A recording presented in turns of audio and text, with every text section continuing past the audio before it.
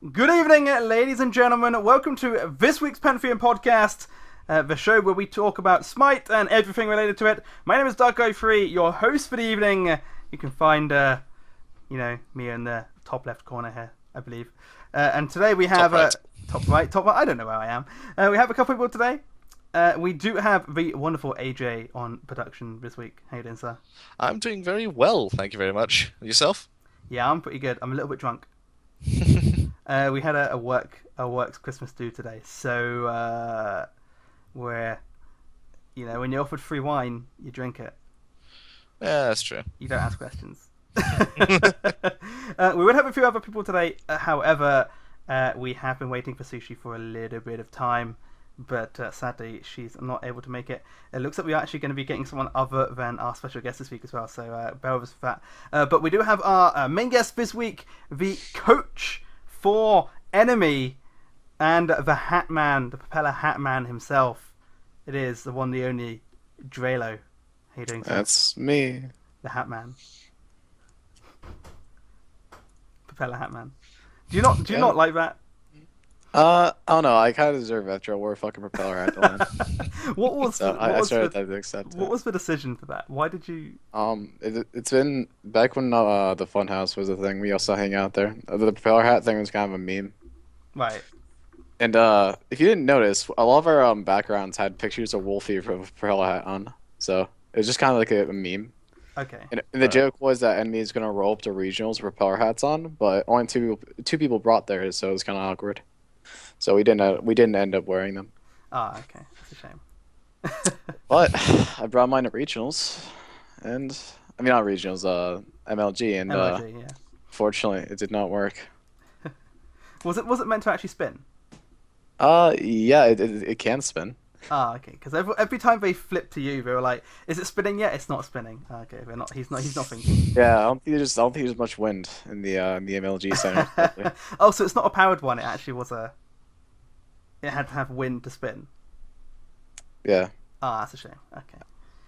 I have a little motor on it, fortunately. Ah, you should get one of the motor. Do it if when you get a world for that. I guess I got the money for it now. Yeah. There you go. That was a fair win.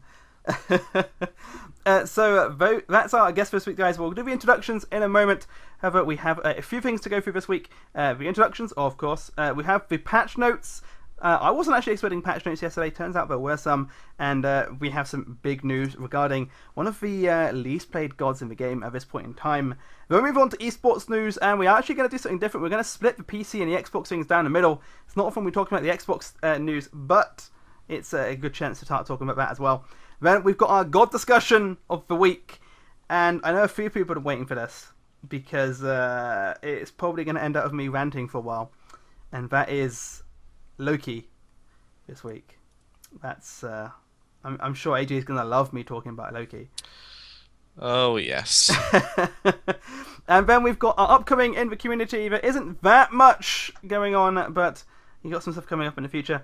And then we have our usual Q&A with the lovely Draylo. We have a few more people going to be coming on in there.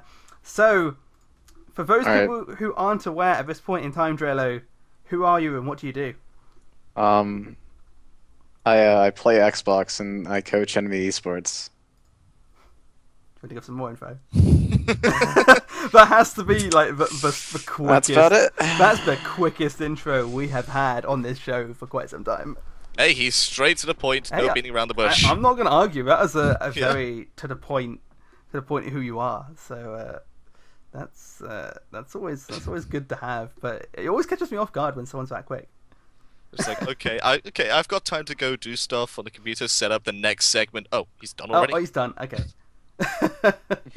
We've also got another person here in the chat as well. I don't know if he's actually on the call yet. Is he? Oh yeah, this is yeah, he's in the call. Yeah, you there, Quintosh? Yeah, hi. Alright, this is Shadow Q's mod, McCreeper666, believe it or not. Yeah, hi. It sounds like he was surprised to be appearing as well.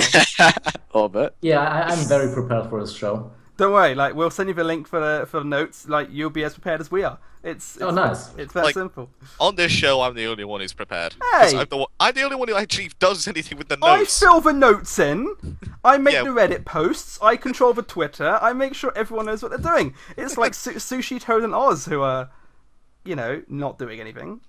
The only thing you added to the notes this week was "It's time, boys." Low-key. Yeah. I also put the Reddit post. I've got it in the chat. It's fine. We're all good. Like We're all good. Oh god. There's a reason you're production. I'm host. You prepare stuff, and then I make it. I wrap it up all nicely and make it sound good for the viewers. Well, speaking of unprepared, there are patch notes this week. Well, yeah, there are. So did that segment. Oh, nice segue. Yes. No, I didn't actually notice that. That's how good the segue was.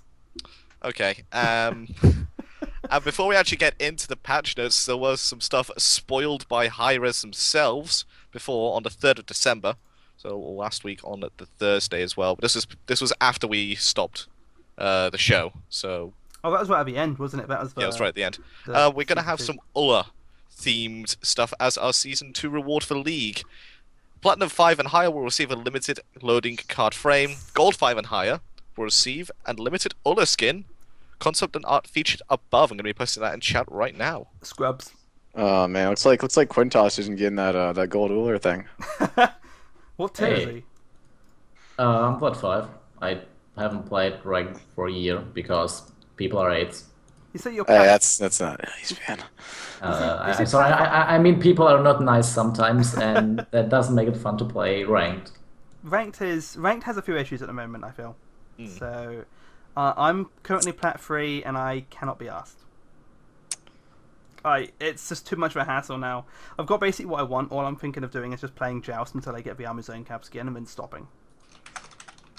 Because like even in plat you get bronzies and it's just too much. Too much sugar. Like the worst part about ranked is even if you get like 10 good people queuing with like high Uller, or just like you can actually play the game at a decent level. They'll just split up the games and just put you with like complete randoms. So like there's no reason just to play ranked over Nazis. No. Like, It's kind of just not a fun thing to do.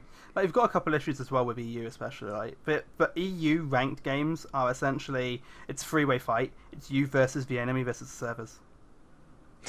Yeah, I don't doubt it. There you go. Just bear with me a second, audience, whilst I get the cam sorted. Looks like we've got yet another person on the show here. It's someone who has walked away from their screen again.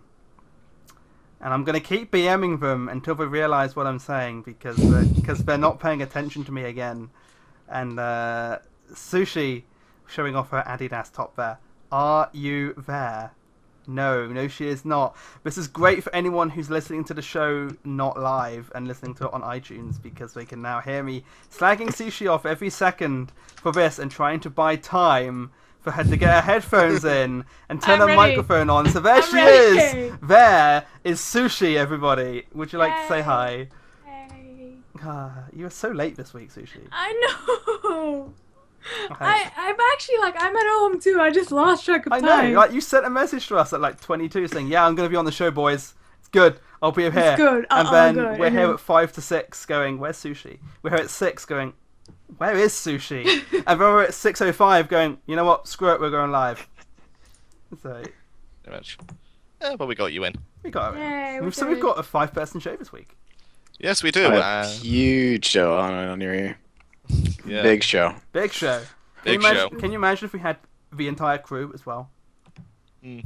It's a great rounding to the year though, because this is our last. Maybe one day. This is- One day. This is the last show of the year where we're going to have a guest, isn't it? So next week's our last show of the year, and this is the last show of a guest. So it's kind of cool to have 2 guests instead of 1. Mm. But it's been a remarkably disorganized beginning to the show. So It has been indeed.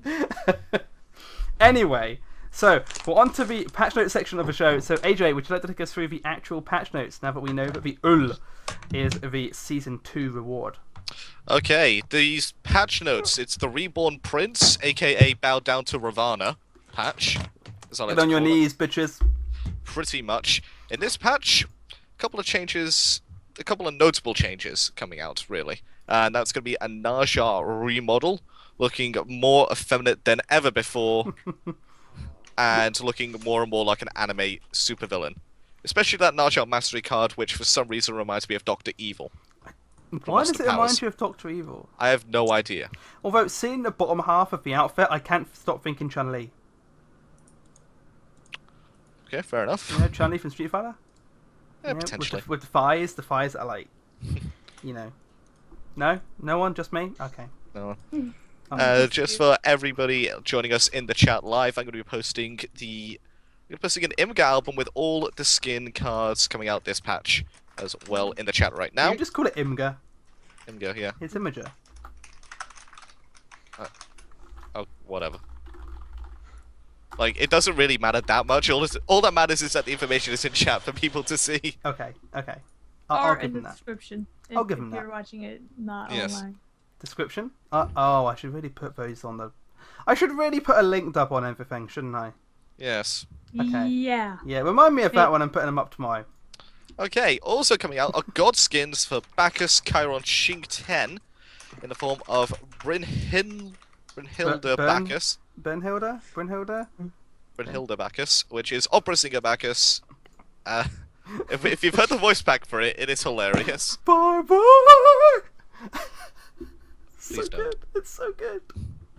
Like, wasn't the Elvis one was last year, wasn't it, the King? Yes. And they had two submissions, Elvis and Brynhilda Bacchus, and Brynhilda Bacchus was just too good to not have, so we have it. And because Bacchus already has 2 or 3 exclusive skins already, I believe that this time it's gonna be one you can just buy regularly. Oh, thank God for that. So no scratching around the chest for that skin. We've had so many chest skins of late, so many limited, and it's nice to see a skin which we don't have to jump through hoops to get. Mm-hmm. Yeah. Especially a good one. Also, Cavalier Chiron comes out as well. Chevalier? Yeah, it's his tier 2 skin. Who's gonna buy that? You're just gonna wait for an actual skin to come out and then buy that. And also Siege Engine Xing Chen, fitting with the style of his gameplay where he is basically a siege engine and just doesn't die. That's auto buy for me, that skin. It's so cool. I'm not too sure about it myself. I like of course, it. there's updated mastery skins for Artemis that also comes with updated mastery cards, as well as an updated mastery card for On Her. Out of all of those, which is your favorite skin or remodel? That on her legendary, but on her gold skin card makes him look so cool. It's just a shame that his actual skin isn't that cool. But no, the Artemis stuff, it actually looks pretty cool. But Artemis is one of those ones which wears a lot of armor anyway, doesn't she? So the only thing that's really changing is her head and her fingers. Really. But it looks so much better. Pretty much. Like she's not gold skinned with blue or black eyes. She's now actually properly, like, it's what you'd expect Artemis to wear if she's wearing golden armor. That's what I think. Because so golden armor is such an inefficient thing to be wearing to a battle if we're going to get into the physics of things. I mean, yeah, it's also like golden armor is one of the worst ones in Minecraft too. So Why would you wear gold armor? Gold is very malleable. yeah, I know, right? exactly. It's also very heavy. If you get hit in the ribcage by a hammer, the gold armor is not going to save you. Mm-hmm. Mind you, I don't think many armors are going I to. mean, hey, at least you'll look fabulous. Fabulous. You got to say it like that, Sushi. Yeah. Got to do it. You Gotta say it like that. You got to do the camp voice. Surprised I- I've not got any rainbow skins yet. You want to see That's it. Kawaii pop. I That's guess it. it's a rainbow well, skin. that's the closest we're gonna get. Do you That's want to pretty see close. Do you want to see a Kappa Pride skin for someone? Okay. Is that a suggestion or do I want to? Both. I kind of want to. I want to see it. I want to see a Bart skin for someone. Bart Hmm. or Yeah. Well, he already has the announcer pack, so I don't think he's gonna have a skin. Nah, it'll happen. Give it time. Give it time. Give it time. Speaking of giving it time, achievements for Chiron, Kukulkan, and Mercury are coming out, as well as a slight change to one of Thanatos's achievements. Death from Above, it's just simply a change in title to Wrecking Ball, as Death from Above was already being used for somebody else. Do we know who already had Death from Above? Actually, don't bother looking. I'm just gonna go quickly look through the things. Yeah, you keep talking. trying to think of who would have that. I believe it might have been Hu Yi. Not too sure.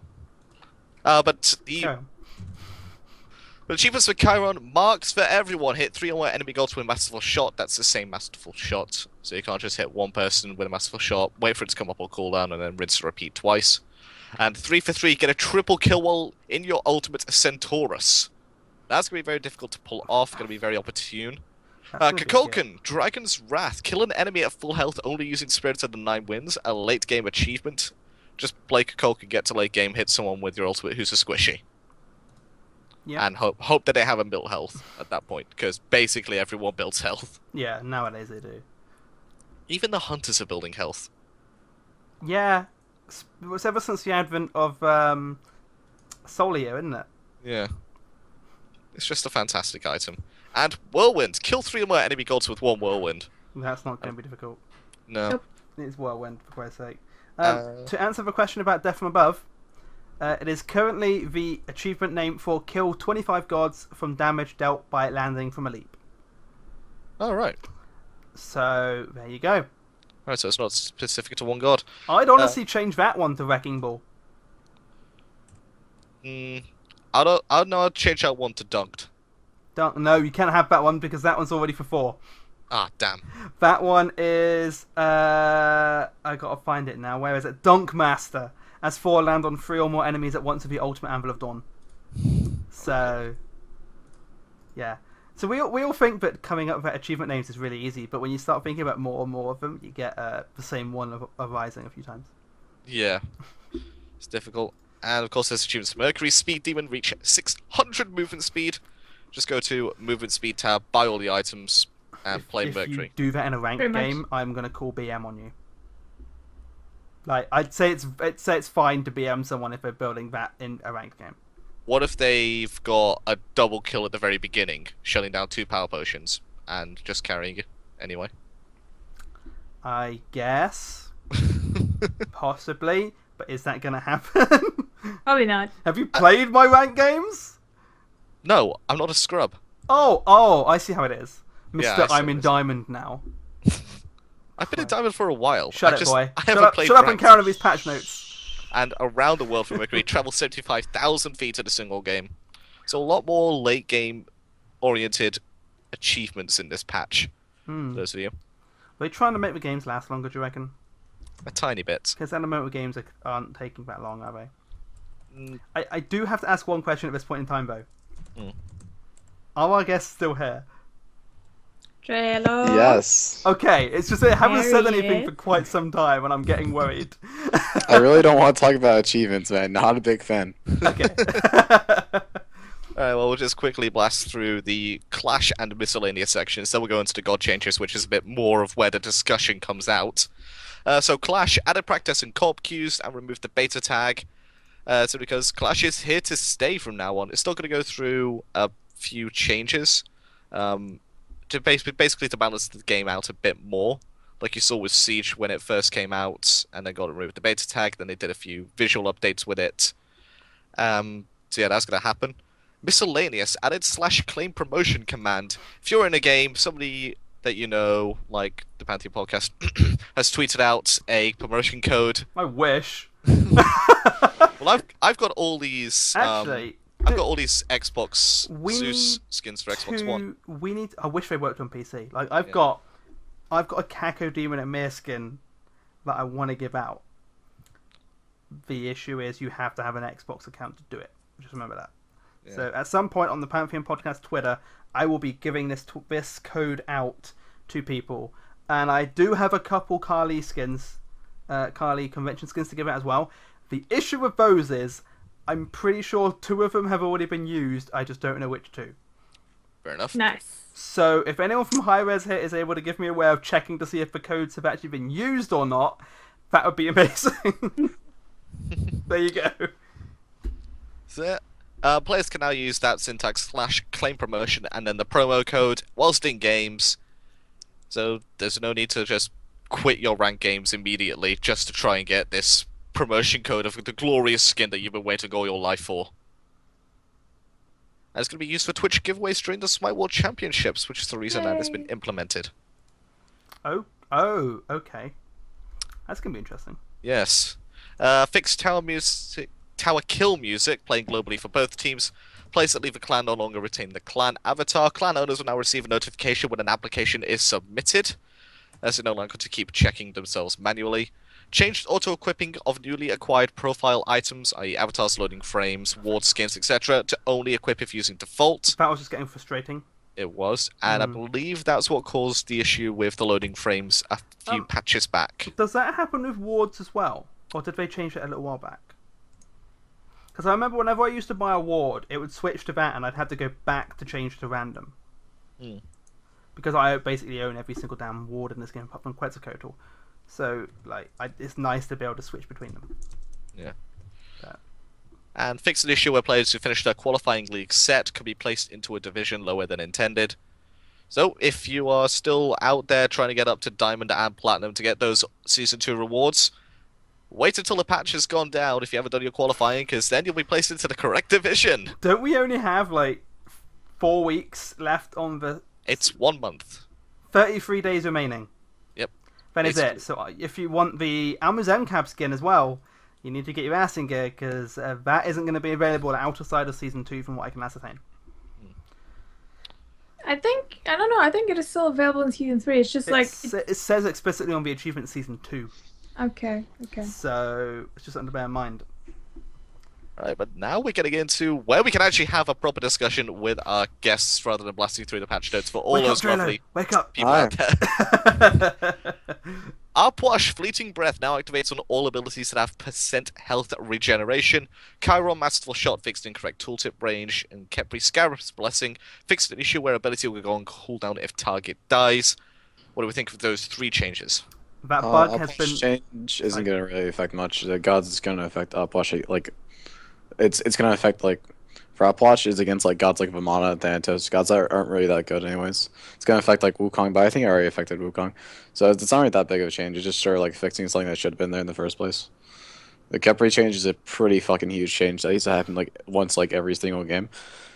Yeah. So, like, that's not really going to, like, be a game breaker in terms of, like, whether people pick him or don't pick him, but... It's just a really good change. We're not going to see that bug anymore. Well, we're going to keep seeing... I think we're going to see the bug a bit more, if you get what I'm saying. Alright, I'd appreciate if you would refrain from this. I'll be a week, guys. Yeah, that Kepri was more than a little frustrating, though. Like, the number of times you get it just as they're about to go down, and then it goes, oh, it's strict, nah, screw you, you're not allowed that anymore. So, it's nice to see that that's been fixed. So, also coming up in the patch, there was a Mercury, just general, changed art for targeters to Roman, and then we get into the big change itself. The big Demon King of Lanka, Ravana, is finally becoming a playable god. I believe it's pronounced Raven. Yeah, but people know him as Ravana. It's Raven and Ram. And technically it's Vaman, but no one has changed, they haven't changed the voice sounds for that yet. I'm holding all judgment on Ravana until I actually like play him and get to feel him in game. And again, I'm not really worried about him because he's not going to be available with the SWC, so I'm not really going to put too much time into him. Just worry about the changes to Arpash. Like the huge changes to the Arpash Vamana matchup. It affects Kali as well and Thanatos. So. Oh my god! If I see a team locking that Vamana, I know what I'm actually. Did it trigger on Salvation and Greater Meditation? No, because it's only abilities. That's technically an ability.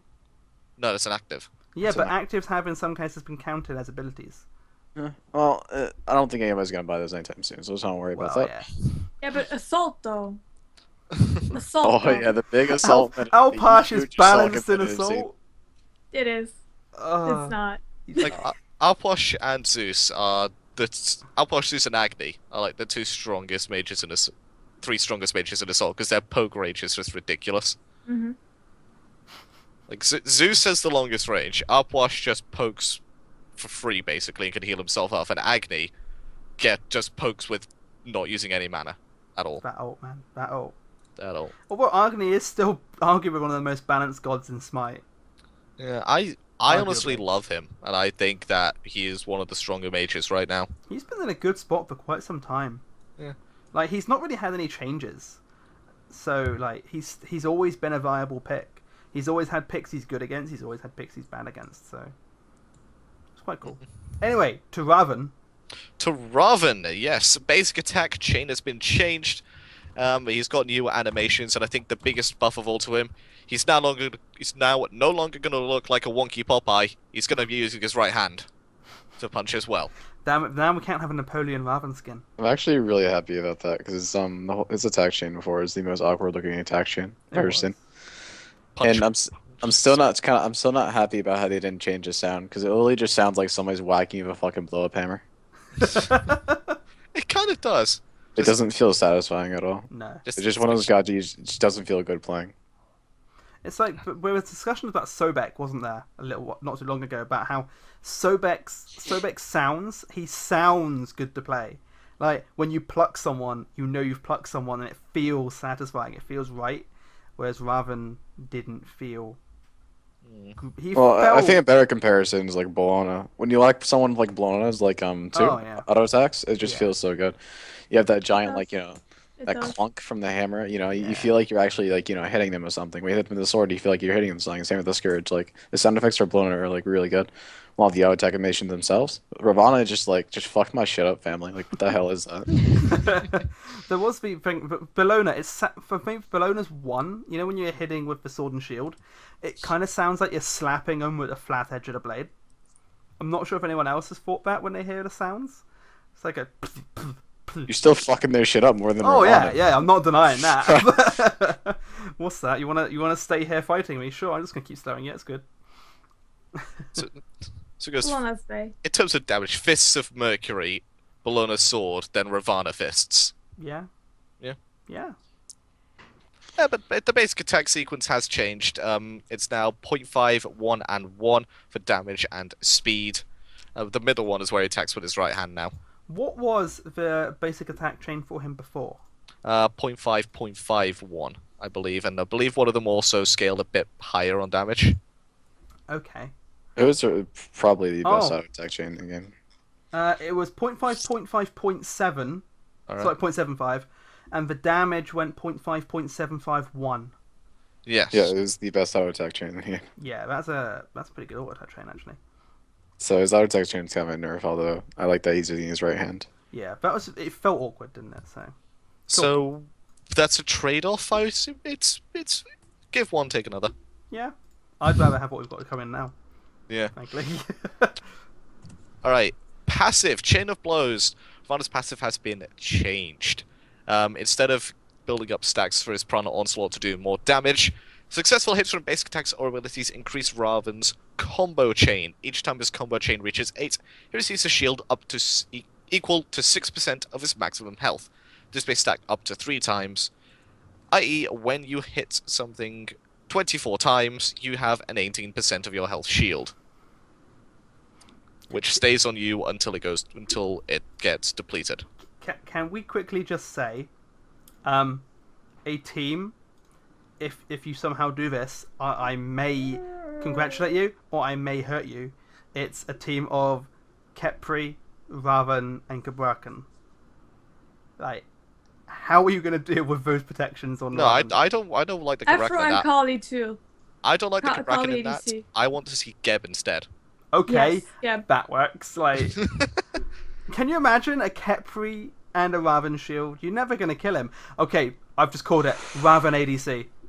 No, it's going to be Raven jungle, Khepri solo, Geb support. Okay. At least you didn't Like, say... Khepri solo is the dream. Like, you better be taking notes, by the way. But it's why World Championships. Run Khepri solo, easy wins. Oh, the big Khepri Geb Ravana damage. Yeah. Huge, dude. Yeah. Oh, but Ravana's not going to be available for the Smite World Championship. So Khepri solo is not going to work. Khepri solo will still work, believe. It's not going to work. He doesn't do enough damage on his Rising Dawn anymore. Believe in the hug bug. I believe in the hug bug, just Believe in not the in bug. solo. Believe in the bug. It's like, you remember what happened on Weekend? Tried that shit in jungle? Then he invaded with it. Sure, let me invade with my less than stellar damage on my abduct. Khepri could like clear the waves successfully. He's just not a good solo character. You want someone that can like go in, tank damage, actually be a frontline character, and Khepri doesn't do that. He's a backline support. He's not gonna be someone that's gonna be going in the fight, initiating the fight, and then soaking damage. Khepri's whole premise is just support his team and allow these characters like Bastet and Thor, who normally can't engage by themselves. They engage by themselves with Khepri ult and Khepri damage reduction. He's just a bad solo. Do you feel we're gonna see Varvin more often in the jungle role now? Well, we're going to be seeing him more outright. Well, we're gonna see him more. We're gonna see him more. From what I've just seen, I think he's gonna be a pretty damn good solo laner. Just the fact that he gets a free fucking shield pretty much every wave. Yeah, his solo lane is going to be... He's gonna get 2 shields every wave, and that's gonna allow him to be able to tank creeps and trade effectively. He's gonna be a difficult one to deal with his He's also gonna have a potentially a 7-man heal each wave, so that's gonna be pretty good. I think his most difficult matchup in that solo lane would be Osiris. So because Osiris will just poke the shit out of him. Although his shield was Orbit. Yeah, his shield was Orbit, dude. Well, Osiris just wants to fight. I can't comment on anything until I actually play the guy. Yeah. If I played it on PTS, you almost outbox Osiris already, and his 3 is bugged, you only heal for half the amount. Okay. So you have only half the sustain you should have, and you usually win lane against Osiris already. Wow. Okay, so... I feel like you would just win the lane because you can just clear faster than Osiris too. Yeah, and the passive shield is just so good for boxing. Exactly. Okay. You also have a heal, whereas Osiris has to rely on attacking the wave to heal up. So You're just kind of taking the creeps, just taking damage. So Raven's kind of going to what he was best at, and that's 1v1, isn't he? He might just be a better Osiris when those guys are just gonna stomp lane. Interesting. Okay. I think a reason to pick Osiris over Raven in this situation would be if you needed that 100% anti-heal on his ultimate. That is a good thing for that, because we're bringing healers back in now, aren't we? Slowly, so. Yeah. Okay. Well, Hell's getting banned every game, and the other healers, Hell's apart from really. Sylvanas, Did Hell Hell's not getting banned anymore. She's not very good anymore. She got nerfed last week, didn't she? Yeah. It was a 30% scaling nerf. It was pretty fucking big. It was also 2-second cooldown nerf. Yeah. On her heal. Hell's an interesting one, isn't it? Because at lower tiers, Hell's not that great. Even towards regionals, people are starting to figure out how to play against the Hell, how to form comps around the Hell. Because a lot of people don't realize this, but when you put the Hell in the mid lane, you're putting a full utility mage, or a burst mage, or a Zonquiz normally. So you're losing out on a lot of damage. And unless you're insanely ahead, or the team just not punishing the Hell, she shouldn't be able to do free damage like that. Yeah. So your comp's gonna be naturally lacking damage unless you have somewhere else, damage somewhere else to make up for it. And also, the Hell's is really easily to punish with certain comps. Jean-Qui of Divine Ruin's really good against it. Sylvanas ult's really good against it. Athena's really good against it. It's not even Odin. There's a lot of gods that can just fuck out now. We've got Kit as well, haven't you? So if she gets... Oh yeah, Kit too. I'm honestly not surprised about this, but a bit questioning that we didn't see in solo lane when Hell was drafted in Anubis to counter it. Just get Divine Ruin second item, and you just blow up Hell because she can't sustain or through you the could damage. just you could literally just play a warrior and just invade it. Yeah. You're just gonna shit on it. Yeah. And another thing we pick Hell is if you put it in the mid lane, you're not gonna have mid pressure. You shouldn't have mid pressure at least. Because you step out your tower, you should be afraid of getting poked or attacked or anything. But especially with Zeus in the meta, Zeus kind of shits on Hell. But when you don't have that mid pressure, the whole map is opened up for invades for the enemy team. And so it's just hard for Hell just to get into the mid late game, which is good. From what I've played with Hell, I've played Hell a fair amount. It's mostly in solo, because if you play her in mid, she's remarkably easy to kill. If you get anyone with any decent jungle presence and you jump on her in mid, she's gonna die. If you play her in solo, you're just not going to get a blue buff. She's a bit safer in solo, isn't she? In mid, she's got too many threats from too many locations. And because of her main damage, she has to get into the middle of a wave. The problem with her in solo is you're not going to get a blue buff, and there's no jungler to hold your hand and clear the waves with you. She's just kind of awkward to play. Yeah, still like her though. I think we may still see her a couple of times in the Smite World Championship, but it's not going to be first pick. No, it's not even gonna be first man.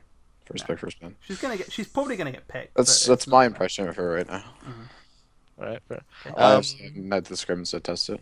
Should we go on to Planet Onslaught and that stuff? Yeah. We got remarkably sidetracked there. Hey, it was a good topic of discussion. It's a good chance to discuss that actually. Yeah, Prana Onslaught. His first ability, the one which his passive used to build up of, now is just by itself, so it's having a lot done to it, and it's all a form of upward adjustments, i.e. buffs.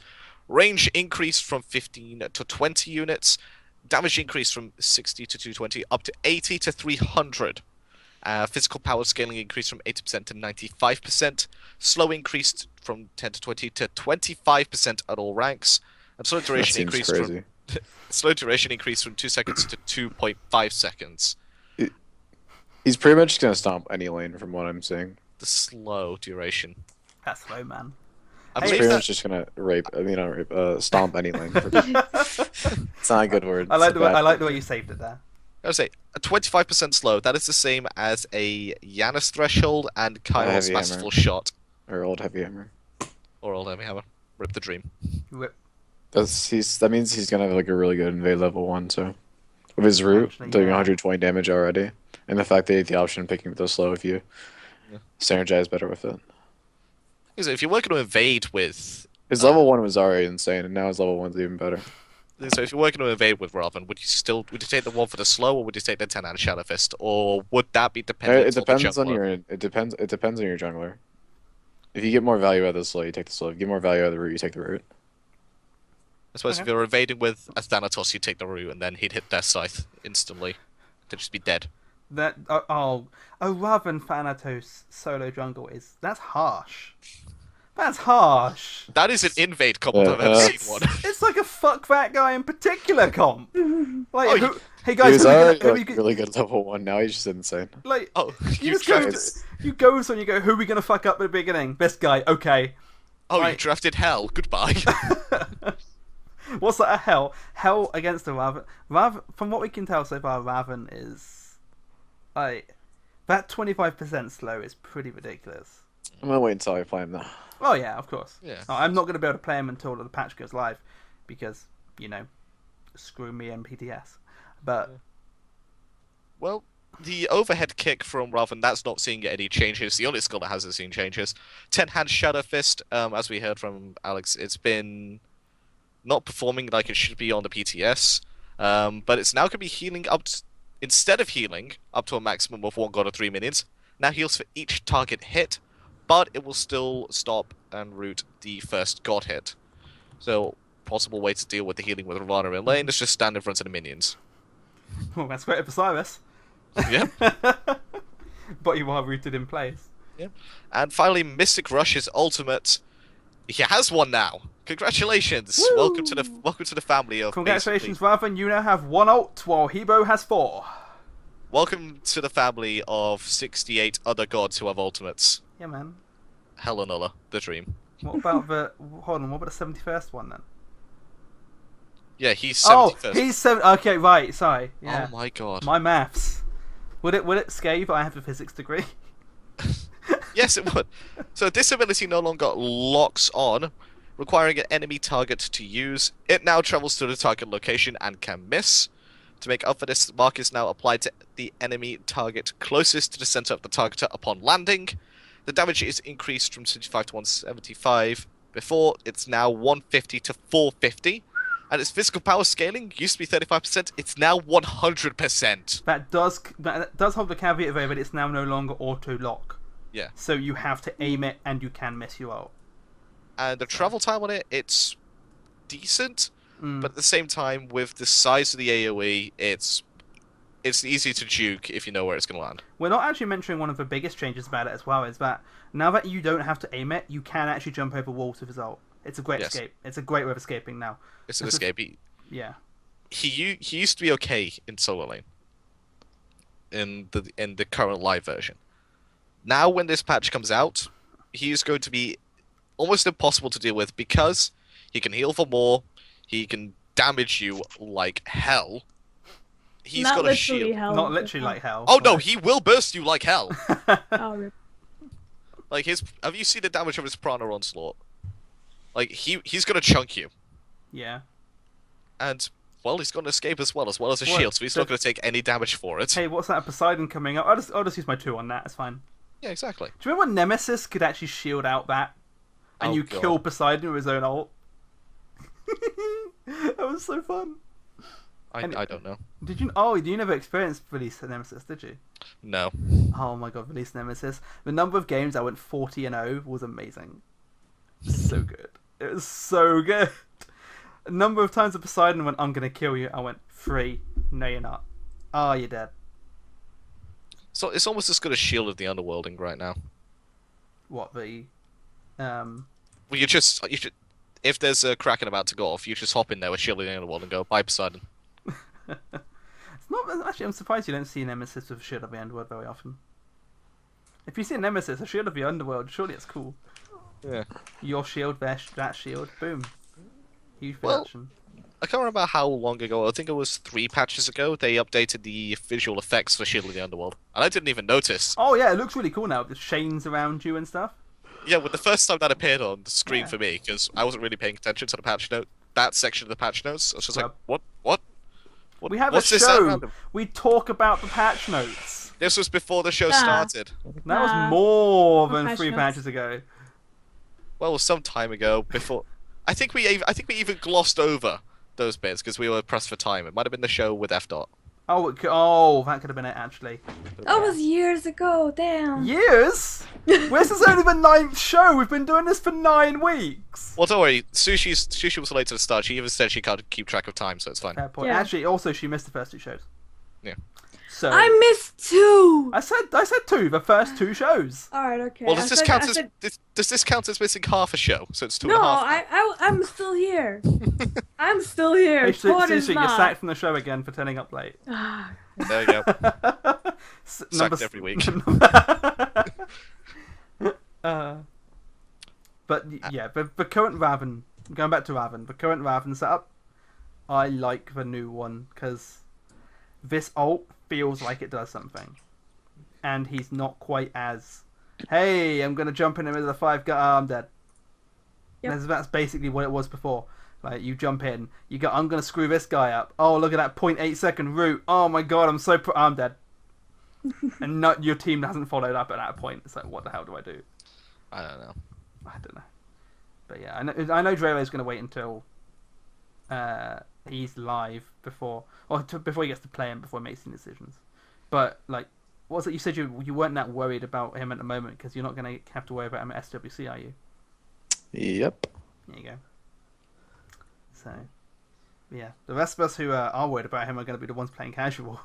At least he's not going to be in ranked for a while. I don't think anybody plays ranked anyways. Well, not many, because like we're fed up dealing with the crap matchmaking. Well, basically, the top players in ranked right now are going, fuck it, we'll do in-houses instead. Yeah, and that's the part which sets alarm bells ringing, isn't it? Really? Yeah. Because I don't think we've got this on our discussion notes. But when the top end players are going, screw it, in houses, because we can't rely on the matchmaking. It's kind of funny because in the Xbox scene, there's actually like only for like a week people actually queued ranked. People just stopped queuing ranked. They just only showed up for scrims, and now people are finally doing in-houses. There's like never a ranked scene in Xbox. I just feel like in-houses are more relaxed and more fun as well. Yeah. And you know at least you're getting some decent people. And you also know that you're going to be playing the role you want to play. Yeah. Because For a role that you're okay with playing. Yeah, because quite a lot of the time when it's been streamed, I noticed that the players who were organizing the in-house were going, right, we have 8 people, we're still needing a solo and support. Doesn't even know a solo and support. And then they looked for those people and then brought them in, the in-houses, so they could play those roles. Which means that people are now getting more practice at the roles that they want to practice. It's not even that, just playing with good people. As well, yeah. Like people will That's play it. whatever role that they need to fill, as long as they have people around them they're confident in playing with. It's not even the fact that they're like getting the practice or anything. That's not really an issue in ranked. To go to the like going back to the higher skilled players, like AJ, we did a 5-man troll clash game last week, didn't we? That was late night Smite. It was, but to make it difficult, all 5 of us did the Smite troll builds. So we had a random god with random builds, and we still won. And that shows the differences in people who are mechanically better than everyone else. Look, so we were playing late night Smite. The best people online were us 5. Yep. Why That should surely not shouldn't invite happen, me? though. What was that, Sushi? Why didn't you invite me? Like, was that? We had a 5-man. Yeah. Because we're gonna invite a 6th to a 5-man party. Wow. What? Wow, not even inviting me while playing Smite. Wow. What? Like, do you want to join us when we do 5-man so you can watch? No. Just Like, cast the 5-man why clash. wasn't I part of the 5-man party? Because we already had 5-man. I was the 5th. Like, everyone else was there. I was the 5th man. Nice. Plus, it's a 5-man party. Wow. Oh god. Wow. So- I'm calling sexism on this. This freaks me out.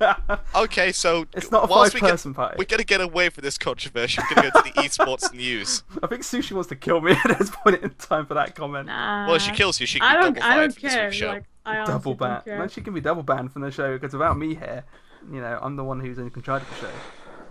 Anyway. Honestly, I don't care. Okay, so there is esports news, and to make it a bit easier to follow, we're gonna be going PC. In then sub-regions, and then Xbox and sub-regions. So PC NA news, the Roster Apocalypse update continues, and we even have a nice picture someone posted on Reddit, which I will be posting in chat. There we go. I'm confused about the Envious one. Didn't loads of those decide to leave to go to Xbox? They said they're going to be playing on Xbox and then coming back. They That's haven't- what every PC team on Xbox is doing. Even a lot of PC players are just doing that. They're playing out the season and just coming back on PC. Yeah, that's why you don't see the crosses on denial. Because It's not great for the Xbox scene, though. is not really that fun, believe it or not. It's you like 20 frames. Is it it's not a- actually 30 frames? Fuck this. It's like 20, 30 frames. It's 20 frames in like a lot of late game team fights. And if the enemy team has an op watch, you're getting 10 frames, boy. Actually, on that idea, actually, you know, we went to the ESL LAN a couple weeks back. Let's not get into how that was run, but Wow. the thing which came from a lot of players was that they were actually playing at like 144 frames, and they weren't used to that because they're used to really low frames. Was that similar for when you played the MLG match? Yeah. Were you guys playing on PCs at 144 Playing frames, Xboxes. or you were actually playing on Xboxes? So you guys were Yep. at home, like kind of at home with what you were playing on. Yep. Okay. I just wondered if it was the case for everywhere. Was it whether it was just ESL doing that? That seems weird. I mean, I think it's a little probably bit. ESL doing like Weird getting the stuff. PCs, since like I don't think ESL does Xbox One events. I don't know. It begs really. a question, but I'm not going to beg that question. Yeah, no, don't. Let's Wait, not that talk, okay? Let's not talk about that. Let's carry on with the PC stuff, though. So, yeah. This week's Roster Apocalypse update is brought to you by TSM and Eager. Yay. Mm. I With saw the comments from lasses about that. That's a Yeah. shame. We'll start with TSM. Eonic and Bickham have both said they are going to be leaving the TSM organization. Well, Eonic worded it a bit funnily, saying that he's going to be leaving the organization. He didn't say he's going to leave the team itself, Hmm. but everybody has assumed that he's since confirmed that he is leaving the team. So Okay. that's the thing. And Bickham is also going to be Probably. leaving. And also with Eager, Lassus, Kret, and Dare to Care have decided to leave the Eager house. So it's just Zapman by himself. No. Zapman left to go to New York. Lasses there and Cred are still in the Eager house, but like they're getting other people in as well. That's They're still in Lasses' the- friends, this- aren't they? They're still in the Eager house. Yeah, But- he said they left the Eager house, but like no, they didn't. No, I didn't say they left the Eager house. I said they Yeah, left they Eager. did. They You left did- Eager. you They did. left Eager. I said But they left Eager. they've Alright, got never their own mind. house. They've still got their house. Yeah. They've still got the house. But funnily enough, the spot in the SPL belongs to Zapman, considering he is the captain and owner of Eager, from what I can remember. He is. So he's got to find 4 teammates to come play with him next season. Hey man, there's a reason Zapman was at Worlds and Zapman wasn't. He probably is going to go to Worlds. Oh yeah, I wouldn't be surprised by that. So yeah, if you're there and you're an NA high-ranking player, contact Zapman. The Zapman. Hey, if he doesn't mind Yes. us having like high ping, I'll play with him. I'll be a support. Oh god. Sushi could be a solo laner and feed her brains out. It's fine. Yes, let's go. Hey Go on Sushi, up. I've seen you in solo. That was a When? great game. When? Like earlier this week. When did we play? We had like 4 of us on a random, and you in the random with feeding your brains out. It's like, well, I mean, guys, like, hey, the jungler just keeps jumping on us, but he's like level 15 and we're like level 10 because Sushi's made him fat. What do we do? It's Surrender. not even my fault. Wow. I don't even remember that match, but it's Sushi, not you my lost fault, your I tower swear. at like 2 minutes. Yeah, but something happened. That's why I lost my tower. Like, yeah, you died. That's what happened. I'm gonna look up that match. Give me a second. What Alright, while she was I looks... playing? Do you remember what I was playing? I can probably find it because I haven't played a game since then, I don't think. Alright. Alright, yeah, whilst they look that up, what are your takes on the Rust apocalypse going on right now then? It's all to be expected. Like it is, I expected all of this to be honest, but I can't really give any comments on it because it's not my business to go into why this is happening. Oh, fair enough. I respect that, to be fair. Yeah. I'll go back. If Lassus wants to talk about Eager, he can talk about it. If Bickham and Eonic want to talk about the problems about TSM, they can go into it. It's just not my business. But everybody knew there was something going on in TSM simply because of what happened with Divios. Shit. What? Oh, And Shit. I will say this though. Yeah. Actually, give me a second. I gotta really think about what I'm gonna say here. That's cool. Okay, whilst he's thinking of how to phrase this, I have found the game that me and Sushi were playing. there we go. I was playing Carry Bacchus. I was 4-2-5. Everyone else, Sushi had died 4 times after 21 minutes. So she wasn't feeding her brains out as such. Yeah, there But, we go. I only died 4 times. Can you link it in chat? No, I please? can't because I'm looking at it on Smite. Okay. What was I playing? Bologna. Alright. Anyway, carry on. Alright, let's just say a lot of the problems in Eager stemmed around them being very stubborn and them not having an actual coach. Okay. Shots fired, Cred. Okay. And some other stuff, but I can't go into that. Yeah, Okay. like, that's fine. Fair enough. They're Well, really emotional. I'm able to talk about that because Last was talking about them being stubborn on stream, so. Okay. Alright, but speaking of coaches, we're moving on to EU, and the only news coming out of EU this week from Xbox or PC is Shadow Venom joining Torpedo GG, the team who came second in the EU Challenger Cup, as their coach. I forgot a sub as Good well. for him. D-Cypher also had a couple of roster changes. I believe it's Ducky and Flurry Q joining from VWS Gaming. Okay. They're gonna be the new solo laners and junglers. So that of course means that their old solo laners and jungler, which were the Pikachu, is no longer part of the team altogether, and Lopez is now going to be a sub with Lace also leaving D-Cypher Esports. It's an interesting one. So there's something about Well, they did gain some strong players. they gained some very strong players.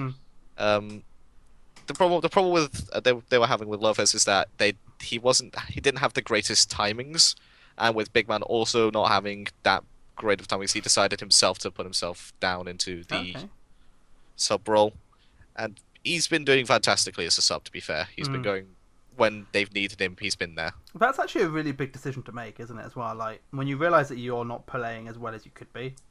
No, it wasn't that he wasn't playing as well as he could be. It's that his timing you know what I was an mean? issue. Like yeah. he knew he had something to work on, so he wanted to Yeah. put himself in a position where he could work on that. That's a pretty good call. I like that. I like that. A big respect for anyone who does that. Yes. That's my opinion, anyway. If you willingly go into that sort of thing rather than being told you're going into that sort of thing, points to you. Points to you. There you go. See? Yeah. Okay. Yeah. All right. So I believe with that we can move on to Xbox. There's no news coming out from EU this week. Basically, the scene has stopped ever since Aware Gaming has gone to World. It's going to go to Worlds. There may have been a few roster changes going on, but they were done in the moments after the LAN, I believe.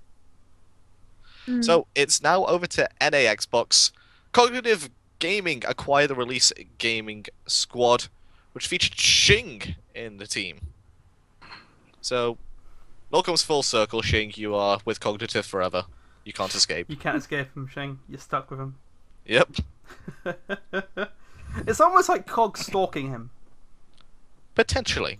It's like, hey Shing, you thought you escaped us. No, you're mine now. Yeah. Always. Bend over. Oh my god. Wow, that was too far. That was too far. And maybe a little bit drunk still. Carry on! Cognitive Gaming, when they just got acquired, they got the third land spot. Eager got into the finals after beating the old Denial roster. Although in the notes it says Denial. Denial, it does. Yeah. I'm going to be honest here. Because of my feelings for the PC gamers going into Xbox, I was honestly cheering for any team that was against XGN. Well, every team in that tournament was full of PC players. Yeah. There's nobody that's like completely organically Xbox player. That's the shame, isn't it? As well, like every team is a PC team, no matter how you look at it. Well, there may be a couple of pure Xbox players, but there's no one there's team. No one. There's no one. Yeah. There was no one. There's no one who's a pure Xbox player. Well, in the EU, there's a couple of pure PC. Oh yeah, pure Xbox. obviously at the MLG line, there's no one that's a pure Xbox player. Well, okay. Wow. Tough. Actually, no, there's Sam Bam. That's about it. This is partly why I'm remarkably worried for the Xbox Pro scene at some point in the future. Cause the Xbox scene has done nothing but just give us a sort of B League and like a horrible NA Challenger scene. Literally, NA Challengers are just kind of Xbox.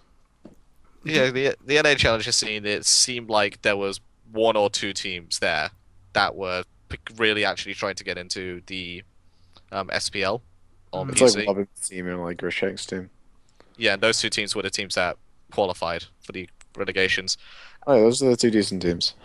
Yeah, and bear in mind that there is going to be a qualifying tournament in early 2016, which I believe is going to be late January, early February. SWC. Yeah, there's going to be a qualifying tournament, and the top two teams from that also go into relegations. I fear that from NA, those two teams are still just going to get stomped. Probably. Maybe. Yeah. It's going to be difficult for them. I'm quite worried for what's going to happen in the near future with the Xbox League, because like everyone who's on Xbox... This is my feelings about like the first two splits, the fall and the spring split. Not the fall and spring, but the summer and spring split are just gonna be like splits of just like subpar, like just full of like organic players and people who like stayed over. Yeah. It's pretty much just gonna be that. Then like the final split, everyone who didn't make worlds, like every PC team did make worlds, they're just gonna try to rush over. Every PC player who's not confident in their ability to make worlds, just gonna try to rush over and make worlds via Xbox. Do you do you feel that Hi-Rez are gonna do anything to They have to that? Because or else the scene's just gonna be kind of a joke. Yeah, the suggestion at the moment, which I kind of like the idea of, is that when you sign up to like the game qualifiers, you sign up to either PC or Xbox, and once you've signed up, you honestly, it just has to be if you played in a SPL Pro League game on PC or Xbox, you are locked to that console. Yeah. If you played in a SPL game on PC with like a team like Denial, Elevate, whatever, you're locked to PC. You can't play it in a Pro Xbox team, and vice versa. It just has to be that. Like, you can't just like make players who are just like complete randoms new to this scene just choose automatically. You have to give them time to like field between them both and field their offers, then commit to a team. Yeah, that sounds. It's not really fair to do that. It doesn't really make any sense to do that. It's just a lot of work. Well, something similar to what's going on in PC right now, where they have the Pro League and then a Challenge Cup, which you can then challenge to go into the Pro League, might work out as well. Although I don't think there's that many high-level teams to warrant a Challenger Cup in Xbox right now. Yeah. Yeah. There's this very strong drop off from the top 4 teams and everyone below. Fair enough. And in the NA scene. Yeah, I think the EU scene is pretty similar, isn't it? Well, the top 4 seemed very strong at the LAN. Of course, there was only 4 teams there, so we didn't get to see what was below that. But checking in on the streams for the qualification, when they were doing broadcasting before, like in the late September, seeing those games there, it seemed like you could tell who was going to go through based off the first games. Yeah. Yeah, the Xbox scene was a I don't know. There's a few things about the Xbox scene, but I'm not quite sure how to word it. It's a weird one though. Like, I want to see the Xbox scene succeed, but with the current stuff that's happening, involving the PC players moving over, and then it's just going to be a wasteland when they move back over to PC and then fail again and move back over to Xbox. It doesn't feel right to me. It feels like it's doing more damage than actually anything else, because it's not being. It's just destroying both scenes. Yeah, it's not being organically grown as well. It's it's kind of hard to like guess this would happen, but they should have probably guessed that they probably knew this was going to happen when they had the fourth spot in the SWC, like an open bracket. Yeah. I feel like the problem was they started offering big prize money pools too quickly. Well, like they kind of have to do that. They sort of had to grow the scene and like encourage people to, I get the reasoning for it. It's an idea to grow the scene, isn't it? You need to give some sort of incentive, and it does work. But I felt like the prize pools were, I don't know, too and high. it's not even like more money than like an NSPL team. Unless you like win every event. But yeah, I can understand what you're saying. Wasn't there a thing as well where the people that what was it? The people that lost in the rounds to get into the SWC would get more money than those that lost at SWC or something as well? Yes, I believe that's what it was. Basically, the 9th and 10th positions in the Smite World Championship get 1.25% of the prize pool. Yeah. That's the actual figure. And in terms of pricing for the Super Regionals, I believe it was $10,000 each person, or $10,000 each team who came 5th and 6th. Okay. I think they're similar numbers. Okay. That's yeah.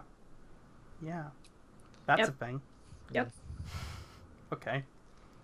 Yeah. Yeah. Okay. Should we move on to the next thing then? Or was it eager? What's the next here? Where's the next go? So in the MLG finals, it was Ego versus Cog, and Ego won that 3-2 in a very closely contested game. I'd have to say.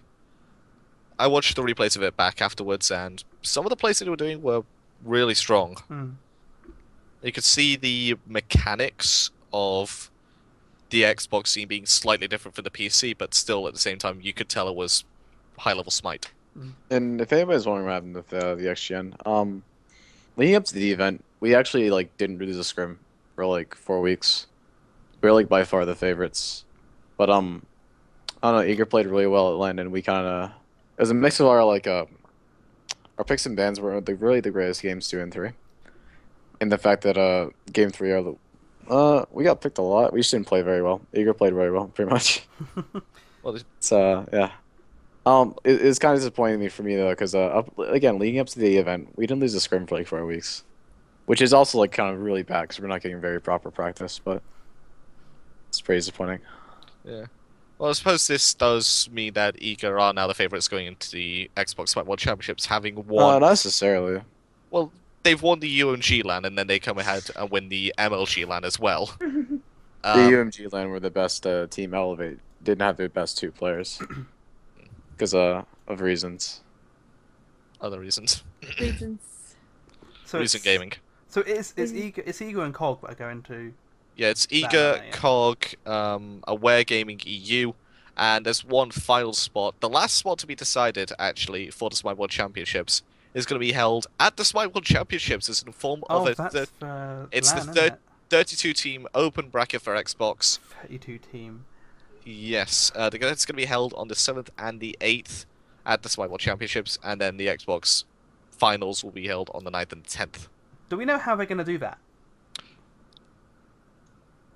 Yes. Because 32 teams, like we know that the actual SPL is going to be, or the SWC is what, 3 days? 4 days. 4 days. I just explained that the first 2 days are going to be the 32-team open bracket, right, and then the second 2 days are going to be the actual finals. Right. Okay. I literally just explained that. Yeah, my brain isn't working right now. Yeah, You can't handle wine. Stop. Get off the wine. I need to get off the wine. Yeah, sorry. For just £2 a month, you can help keep Darkeye in rehab. I'm terrible. I should never drink before doing anything. Oh my god. AJ, do you want to take us through the next part? All right, it's God discussion time, and prepare to be ranted at for the next 17 hours because it's Loki. Yeah. Let's go, boys. Loki. Hey, don't worry. When Kronos comes, you get your turn. Sushi. Yep. I'm waiting for that. So, if we all want to go ahead and grab dinner, Darko will be halfway through this round by the time we're done. Well, do you want to take us through what Loki actually does before we actually? Because we usually go through their abilities and then I can complain for a little bit. But I've only got one complaint about Loki, really. Well, I don't have the God page open up right now, so why don't you take us through his skills? Oh, but that went so well last week, didn't it? Mm-hmm. So Loki's very much the quintessential assassin, really, isn't he? So his passive is behind you. Loki deals more damage from his basic attacks when hitting enemies from behind, and his basic attacks also utilize a 5 swing chain, and when you're behind them, you do 20% more damage. And that's pretty much an assassin-y sort of thing, isn't it? You want to get behind him. His first ability, Vanish. Loki disappears in a puff of smoke. While invisible, he moves faster, removes and gains immunity to slow effects, and takes 25% less damage. His next basic attack from stealth, or for 2 seconds after, applies a bleed to his target, dealing damage every 0.5 seconds and reveals Loki. And if people are asking about bloated, this is the quintessential bloated bloody ability. Here we go. Like, it's starting. It does everything! The only thing it doesn't have is stun immunity. Come on! Like, so it doesn't have CC immunity, it doesn't have a teleport, it doesn't give it. It does give actually, it gives damage mitigation. It does the damage mitigation. That's the point. Like, with Loki, people are saying just CC him. It's very difficult to CC a target you can't feckin' see. You know? Well, that will be a buff and a half to Loki if just fuck it. Give his stealth absolutely everything, including CC immunity. Oh my god! Just make that his ult. Make his one assassinate. Screw it. But yeah, his damage for his ticks is a 30 to 90 plus 25% of his physical power. My handwriting is really bad, but it's starting. It's starting. Shut up, Sushi. Oh. What's it? Damage duration? 2 seconds? I don't know what damage duration thing. Oh, as in he does 2 seconds worth of damage when he hits you with a swing. He has 4 seconds stealth duration with that ability, 35% increased movement speed, and its cost is 70 to 90 with a cooldown of 15 seconds. Like, it's such a good ability. I know you don't see Loki as much, but Vanish does so much. And it's why Loki's my most hated god. Because you can't see him, hits you in the ass, you lose half your health because of the damage ticks, and then boom, he wins. Okay, so how tall or how provocatively are you dressing for Loki to be hitting you in the ass instead of the back? You know, he's always crouched down a little bit, isn't he? That was old Loki. No, he's still crouched down a little bit when he's attacking. When he does his basic attack chains, he crouches down a little bit, does his attacks. So, no, if you're someone as tall as like Chuck, he's hitting you in the ass. Wow. What? Chuck's pretty tall. Oh my god. What? Why? Just take us through his decoy. Okay. Just what? please. I don't know what I did there. Like, Just please stop.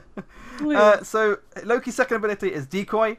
Loki spawns a decoy version of himself that taunts all nearby enemy minions. After a short time, the decoy explodes, dealing damage to all minions, all enemies in the radius. The damage is between 75 and 275, with 100% physical power scaling, and the decoy's life is 3 seconds. It's basically it's his wave clear, isn't it? This one. Yeah. It's pretty good at dodging attacks. It does actually block Neath ults as well. It's also counted as a pet, so it can block anything. The reason it doesn't apply Bluestone. Protection. The reason it doesn't apply Bluestone is because it is counted as a pet. That's an interesting one, though, isn't it? But you don't see. Do you ever see a? Do you see a Bluestone on Loki? No. If you're gonna get if you're gonna get any starter item on him at all, I would say you're gonna get Death's Toll because he's also attacking the wave quite a bit in the early game. Yeah, I'd go with that. His third ability is called Aim. Go trans too. What's that?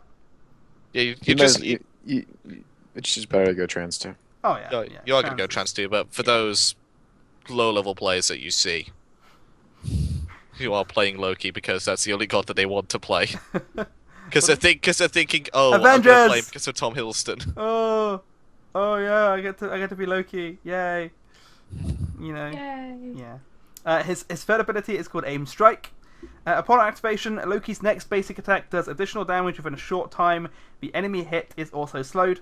He does between 60 and 220 damage plus 100% physical power scaling. But you do like his 100%. His buff lifetime is 5 seconds. The slow is 25%, and the duration is for 3 seconds. It's obnoxious when used with his invis, isn't it? Because with the invis, you hear him go invis, you hear shing, which is him activating ability, and then you suddenly got a knife in your back, you're slowed, you're ticking down with no health, and then you're dead. And you're dead because it's Loki, because he's hitting you in the ass a couple times. Alright, so here comes a question from one of our viewers. Would Loki be better if Bluestone worked on Decoy? What are your thoughts on that? Ooh. Because his early game wave clear would certainly be helped out by it. So doesn't prevent him from getting invaded. Ah. The only issue I'd have with that would be that if you are building it, you are delaying your Transcendence power spike. Yeah. And therefore delaying your boots, which means that you won't have that movement speed earlier on. When Loki gets Transcendence online, that's when he starts, isn't it? Really. Like his early game, he doesn't really clear waves that well. It takes him a little while to get going, but the moment he gets his decoy high enough and trans, I don't know. It's a tough call, but Bluestone proccing on an entire wave for Loki could work. I don't know. I don't actually know what I'd say with that one. I'd probably still keep going trans too. I might still keep going trans too, but at the same time, the change that would make would be absolutely negligible, because his problem isn't that he has a weak early game. He's always survived through that and always gone on to late game to do what he does best. As long as you don't play like an idiot, you can survive until you get to the mid. Yeah. The problem with Loki is that he doesn't fit into this meta. No. True Guardian? No, he's not. Yeah, he's just going to get CC'd out. Every single time he tries to ult the squishy, there's going to be 2 Guardians protecting that squishy. If he tries to split push, he's basically leaving... He just gets invaded. Like, he never gets a blue buff. He never gets farm. He just gets invaded, walked on. Just like any other, just like Hell in the Soul Lane would. And Decoy is remarkably mana intensive as well, isn't it? So... Actually, what is the mana cost for Decoy? I didn't mention that. Decoy's mana cost is 60 to 80, so 60 at level 1. With a 14-second cooldown. It's not that mana intensive. It's not that bad. It feels like it's more. To be fair, also with Loki, when you draft a Loki, that means you're reducing the possibility of a second frontlining tank. Yeah. It means you're going to have to put that in the jungle instead, or possibly have a Hades mid. But again, you don't see Loki in the jungle very often anymore, do you? That's what I'm saying. Loki solo, you then put a tanky jungler, or Jonqui or Hades mid. And even then, the enemy team's going to have drafted 2 Guardians, or a Guardian and a very tanky warrior. And this current meta does benefit the tankiness aspect, doesn't it? Yeah. And you're just going to fall behind and potentially cost your team because of it. You'd have to get a good start. Yeah. I mean, when Loki gets online, he just destroys mages, though. Yeah. He does. Not Zhong. Not Zhong. But... Who destroys Zhong in the meta right now? Does anyone? But you've got... What's another reason Zhong's in the meta? But you've got gods like Sol, Freya, they're pretty popular now, and Loki coming up out of nowhere, boom, those guys are not living. Like, he'll come out of nowhere, kill them, and then that's most of your damage gone. So, but then you've still got the tanky guys to deal with. So, I don't know, Loki doesn't fit in the meta at the moment. It would be interesting to see what will have to change for Loki to come back. But it has to be assassins everywhere, I feel. Yeah, I'm glad Loki's not in the meta at the moment. If there were assassins everywhere, Loki would be a bit better, because then he'd then have targets to go for. Loki's very good at clearing down anyone who's squishy. Yeah, because if there were assassins everywhere, would have a lot of Circuits, he'd have a lot of Mercuries who build basically pure power. Yeah. They only maybe get 1 physical defense item in the form of a Mail of Renewal on Circuit for that 40% CDR. Yeah. And Loki would just crush through them. Yeah. Because you also build pen on them, wouldn't you? You'd get like Jotuns or something. Well, you just that's the build. You go Trans, Warrior Tabai, and then the 4 pen items. Yeah. Just take down towers in 2 hits. Does that include what Hydras and Ment? No, you get the 4 pen items. Just get Hydras and Ment. No. Hydra's Man wasn't picked up that much, and it got nerfed. I liked Hydrogen Man. Nice. I used to. I don't play Loki because I hate him. Anyway, I'm just going to quickly go through Assassinate as well, his fourth ability, his ultimate. Upon activation, Loki teleports to his ground target location. If an enemy god is within the radius, Loki will backstab that target, doing damage and stunning them. The damage is 150 to 450 plus 120% of physical power. Stuns for 1 second. Costs 100 for all ranks, and cooldown is 90 for all ranks. And this is what brings Loki's kit together. Yeah. This is Assassinate. Yeah, it puts him behind the enemy, allowing his passive to do his thing. And he will get a couple attacks off before anything even happens. And this is what's scary about him, because if he activates Aim Strike when he's behind you, assassinates you, aim strikes you, you're gonna have a very, very bad time because you come out of the stun, you're slowed. It's not fun.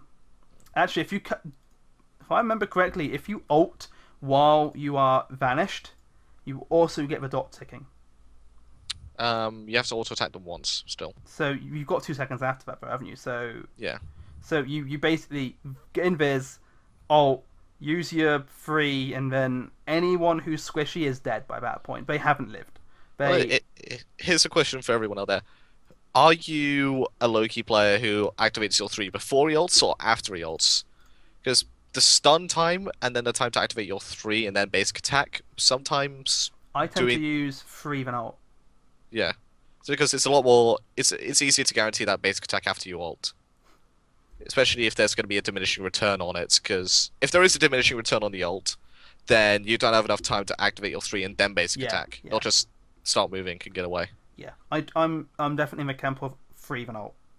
You let people know what you're going to be doing, but unless you're remarkably quick on the trigger, you're not going to be mitigating all the damage. That's how I see it, anyway.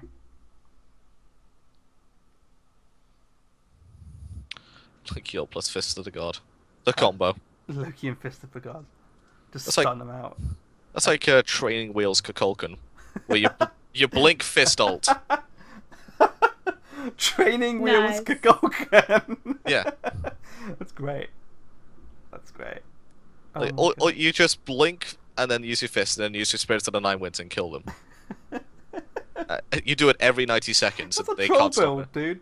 Blink Fist of the Gods on Kukulkan. Yeah. Really? Why not? Why not though? Oh my god. You got to guarantee your ult somehow. But Alexin's got a good point. Girdle Loki, like, that is a good actor. He's one of the few gods you'd see who build Girdle. Hey man, Noir. Yeah. I don't like Girdle on either of them because on Loki and Conquest you're gonna get teleport, so you can teleport into the dual lane in the mid game and just keep on killing the hunter. Because you'll have your wave clear on 9, you then TP over, kill the hunter, take Gold Fury, and then start taking down towers. And you also need beads, because who doesn't get beads? Mm-hmm. Yeah, beats. But in other game modes. In other game modes, yes, you can get. But we're talking mainly about Conquest. In mainly QQ, you probably wouldn't see it as often, but yeah. But still, Loki's like, I don't know. I don't like fighting against the Loki in general. I love playing him. But mind you, everyone loves playing the obnoxious gods. I hate playing against them though. That's so hypocrite. Like, hey, come on! If you know Kronos is good, you play him. I hate, like, the thing is, I enjoy playing as Kronos, but Yeah, no, look, I don't play him for the sole reason that he is fucking broken. Yeah. And if I do get him in Assault, I'll be like, this guy is so broken. I'm rerolling this guy's. No, I'll play him, but I'll be like, everything I do, I'll just be like, this guy's broken. I'll play him, but This I won't guy's enjoy broken. it. Yeah, pretty much. I'll feel ashamed because I'm playing Kronos. Oh my Just god. just get to Pentacle with Kronos. Ugh. I need a shower after that. I feel God. so dirty. So we I talked. still don't have a Penta. Please don't let my first Penta be with Kronos. Okay, so we talked about Loki, how he acts in the lane, how you're really meant to be building him. So let's talk about some of the good and the bad matchups to round off the discussion. Okay. Mm, Bad so- matchups. Anyone tanky. Pretty much. Anyone tanky. Anyone Warriors. tanky. Strong. Anyone tanky, and that has a dot. Yes. Because whilst the dot won't reveal him from stealth, you can see the damage tick pop up from where it is. You've also got anyone who will likely build a Mystic, because Mystic is a great Loki detector. Yeah. I've just nicknamed it a Loki detector, because if he's invis, it's gonna get him. Like, while his invis is better than Ao Kuang's in every way, it would be nice to be able to pull him out. But it's great. It's a good way of detecting him, because he's gonna try and get behind you. So if you just follow the ticks, you know where he's going to be. Or if he's trying to get away, follow the ticks, you know where he's running. I honestly think one of his absolute worst matchups would be against a Guan Yu. Because Tanky will build Mr. Camille and will heal up the wave in the early game to stop the decoy from killing it. Yeah. Although, in terms of a good god for him to play against, Hell is not someone who wants to go against Loki. Well, you say that, but that's only because of the late game potential damage coming out from Loki in the laning phase. Hell will laugh when she sees Loki. Shows I was muted. Tyr and Osiris are really good against Loki. Hell, the fact that she's a healer, it kind of makes it so Loki can't clear away for the first, like, 6, 7, 8 levels. Yeah. It's kind of not very good for Loki to lane against Hell. Yeah. So, there's a lot of bad matchups out there for Loki. Yeah, look, especially and in the this, fact that you just walk to his Blue Buffalo 1 with pretty much any, like, warrior jungle combo and just take it for free, or first blood. Yeah. Loki is... He's... In general, he's like we said earlier, he's really good at taking up the squishy ones. But the caveat to that is he's also actually pretty squishy. So when you do lock him down, he's a bitch to lock down. But when you do lock him down, he isn't going to live very long. He's just going to melt. So, but no, someone like Zhong is like something it's everything Loki hates. Because Zhong is just he's kind of tanky. He's got a dot. He's got a circular stun, which is great. Like, oh no, Loki's behind me. And he also has a self-heal. He does have the self-heal. So, and the ult doesn't follow Loki when he's stealth, does he? It does. No, if it's already after him before he goes into stealth, it chases him. But if he's in stealth while around Zhong, I don't think the ult chases him. No, it does. It does? It does. Oh! I've killed a Loki doing that. Oh, okay, did not know that. Did not know that. Alright, so what about a good matchup for Loki? If there's a person in the solo lane that they've picked and you go, well, right, we're picking Loki. Let's do this. Soul. Yeah. I'd say mages in general that don't have an escape. That's not Zhong. Mages that don't have a healer are not Junkwei. Yeah. Like, some warriors you can do like fine against, like Guan Yu you can do fine against. Ivana you can do alright against, like. Are we talking new Ivana or old Ivana? It's just that like Tyr and Osiris are really good at just punching Loki. Like Osiris just pokes him out completely. And if Loki tries to fight him, Osiris will just kill him. Yeah. Does the tether stays on Loki as well when he goes to visit? The tether stays on Loki. That's like kind of the point. He can chase Loki down and just kill him. Yeah, just Osiris also has probably one of the best level 1 invades in the game. Oh yeah. AJ, don't say anything. I know what you're gonna say. What? About Osiris. Oh yeah. Shut up. Okay. You know, I will respect. Wow, that's rude. What? No, AJ, you should say it. Okay, AJ, you can say it. Darkai, why do you tell us about Osiris' weak early game? Yeah, it's so weak. It's remarkably weak. Okay, so the story for that is the first cast I ever did for the EGL. We were discussing it, and me being me, like, I'm sitting there going, oh Christ, this is my first cast for like a big organization, what do I do? And Osiris is in the solo lane with Red Pot, and I'm just there like, I don't think Osiris is that great in early game, so I reckon he's going to be the first one to go down. Like, no sooner had I said that, he gets first blood, and I'm just there like, well, I'm wrong. And AJ, to this day, has not let me forget that. We've had a good chuckle about it since. A few times. You've called me out on it on cast a few times too. Hey, we've called Toad out on cast many times for his Ymir build. But that's just with Veil of Renewal, second item against 4 mages. Yeah, man. Congratulations. Yeah. You are an idiot. Like he tried to justify it at the LAN as well, didn't he? He's like, hey guys, I need it for the life regeneration. We're like, yeah, but you're not gonna get the life regeneration because you're generally dead. And yeah, he finally submitted that it wasn't a great idea. Yeah. He should have gotten something magical against it, but yeah. But in terms of good matchups, like we've got good matchups for Loki. Other squishy is more than anything else, really. Loki's early is not great, so he wants someone against him who Also doesn't have a great early game. doesn't have a great early, and I'm trying to think of many who are. Because Sol does have a great early, but she is so amazingly squishy that Loki can just poke her out. Scylla, Nox. But do you ever see him in a solo lane? I think the only person who's ever played Nox in the solo lane was, I want to say Snakeskin. It sounds like something I don't know, you do. dude. I don't know. But he likes his warriors. Yeah. So I think it was just more of a, I want to see if this will work I pick. guess you do see Noir in solo lane occasionally. Every now and then. Like, the mages you see in solo lane are Hell, Noir, and that's about it, because the rest of them just get killed. Yeah. And even now, you're not seeing Noir in the solo lane anymore. No. I suppose you might also see John Kui there, because he can sort of live up to the bruiser status. You do have the occasional Giannis that appears. Actually, no. Giannis is not good against Loki, because Giannis' slow doesn't apply on him when he's invis. Yeah, so another counter matchup. Also, Loki will do incredibly well against Giannis. Loki mid! If you see your enemy pick Giannis, pick Loki. Fuck him up. Yeah, you can't go through the portal if you're dead. Do it in a rank match. Pick a Loki into a Giannis. That's the thing, though. Giannis isn't going to be building any health. He's got the set build, which he does basically every single game, of cooldown or pen boots, Cronus Pendant, Book of Thoth, Spear of the Magus, Sori Van Rodasuhuti.